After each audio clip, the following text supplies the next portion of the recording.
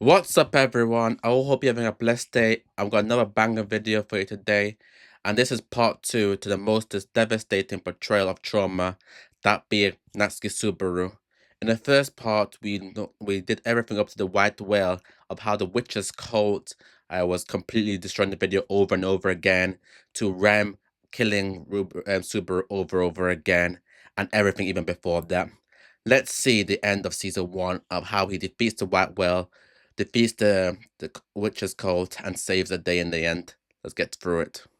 Wakes up, he immediately asks about Rem. Otto looks at him like he's crazy. He's like, who's Rem? And that's when it hits. Rem has been erased from existence, not dead, forgotten. Even Ram, her own twin, you thought out of nowhere the matters into his own hands. He grabs Rem, ride or die, MVP Rem, and together they set out with some merchants to evacuate the village and the mansion before the witch's cult strikes. But guess what? Fate said you thought. Out of nowhere the skies darken. A deafening roar echoes across the plain, and then it appears. The white whale, an enormous fog-wreathed monster like something from humanity's deepest nightmares. Just existing in its presence makes you feel small and powerless. It attacked. Rem once again sacrifices herself to buy Subaru and Otto time to escape, and it's brutal. The kind of goodbye that never gets to be said. Subaru gets knocked out in the chaos. When he wakes up, which of flipping, is it gluttony? And which of gluttony's fault? Because she made all these mouthpieces in order to like help with like starvation, only for them to be monstrous creatures. What actually, in principle, could be used to feed a lot of people, but it's kind of meaningless if they're capable of wiping out everybody. Also, it's ridiculous, but shows how twisted the witches are. Immediately asks about Rem. Otto looks at him like he's crazy. He's like, who's Rem? And that's when it hits. Rem has been erased from existence, not dead, forgotten. Even Ram, her own twin sister, doesn't remember her. Subaru's heart snaps again, but it doesn't stop. Otto, realizing the white whale is drawn to Subaru's very presence, throws him off the wagon like a cursed object. Now Subaru is alone again. He limps back to the mansion, desperate, broken, running on fumes. He finds Amelia and tries to explain, tries to tell her about return by death, but he can't, because the moment he does, time freezes. Dark hands emerge, and Amelia dies in his arms. Her body falls limp, eyes dimming, and Subaru's screams echo into the silence. Suddenly, Beatrice appears. She teleports him and Amelia out of the mansion, trying to save them. But it's too late. Betelgeuse and the witch's cult descend on them like vultures. But then, a terrifying chill fills the air, and you already know who it is, Puck. But this ain't Amelia's cuddly spirit.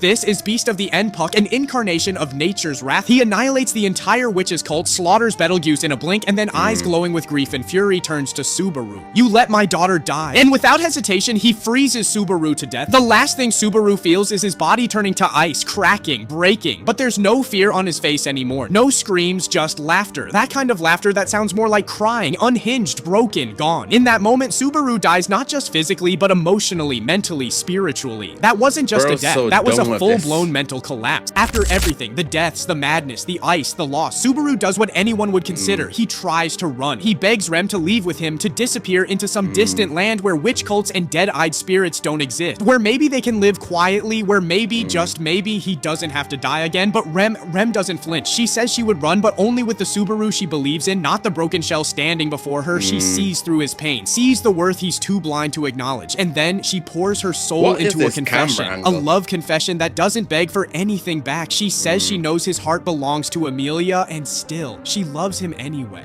And in that moment, when Subaru thought he had nothing left, Rem gave him a reason to ride. With newfound resolve, teams up with Crush, one of the royal candidates. In return for helping her slay the white whale, she agrees to help Subaru take on the witch's cult and protect the villagers. What follows is nothing short of cinematic brilliance. The white whale, that fog-wrapped nightmare, finally meets its end. After years of terrorizing the world, it's brought down in a battle that shakes the sky. The victory is epic, bittersweet, and heavy. But there's no time to rest. It's now or never. The final showdown with Betelgeuse, the demented Archbishop of Sloth. Subaru plans, plots, ambushes. Everything is falling into place until it doesn't. Betelgeuse, ever the unpredictable monster, possesses Subaru. Twisted voices invade his mind, fingers claw at his sanity. And before he can lose control, one of the knights is forced to kill him, to save the rest. Another loop, another death. But this time, Subaru understands. He decodes Betelgeuse's authority, the invisible hands of the witch. He teams up with Julius, the knight he once clashed with, and together they bring the madman down. Subaru saves Amelia. He saves the villagers, he saves himself. When standing in the aftermath with with the sky no longer suffocating, he confesses, "I love you, Amelia." It's not perfect, it's not clean, but it's real. Yeah, all of that, the death, the betrayal, the heartbreak, the wail, the cult, that was just the So first much course. all in Because one season 2, that's season. when ReZero grabs you by the soul and screams, "You thought that was suffering, now we suffer." Rem, our MVP, best girl, ride or die, gets wiped from the story like she never existed. Her name and memories stolen by the Sin Archbishop of Gluttony, leaving her in a coma. Loved by none, remembered by no one. Subaru broken Loved by again. But he none, doesn't even get remembered time to by grieve no because one. now he has to walk through the sanctuary, a cursed forest wrapped in magical trauma where Amelia must confront the scars of her past, while Subaru gets tested, looped, and broken over and over in new creative ways. And then the final knife twist, Subaru learns the truth. When he dies and resets, the pain doesn't disappear. The people he leaves behind in those failed timelines, they still suffer. They still die, and they do it alone, and if that wasn't enough betrayal, Roswell, the very man who gave him shelter, turns out to be playing 4D chess with people's lives, betting everything on Subaru's suffering. So yeah, season 1 was trauma, but season 2 is psychological annihilation. If you It's thought very, very Subaru hit rock tense. bottom, you ain't seen nothing yet. Aight fam, if you made it this far, you're officially a real one. Drop a like if Subaru's pain hit different, and don't forget to subscribe for more deep dives into the wildest anime rides. Hit that bell so you don't miss when we dive into topics like this. Catch you in the next one. Stay strong, stay vibin', peace.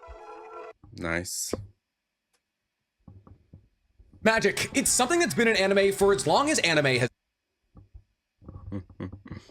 Nice, nice, nice. But yeah, Subaru, an amazing character, and his trauma and his resilience and everything he goes and gone through speaks for himself of how amazing of a character he is. I hear the story gets much more better in future arcs, with season 3 being one of the latest, and Subaru is still pushing forward, growing and adapting and building his team greater and greater. He is a great character. ReZero is a top 5 anime, but I'd love to hear your comments in below. Like, comment, and subscribe, and I'll catch you in the next one. Ciao.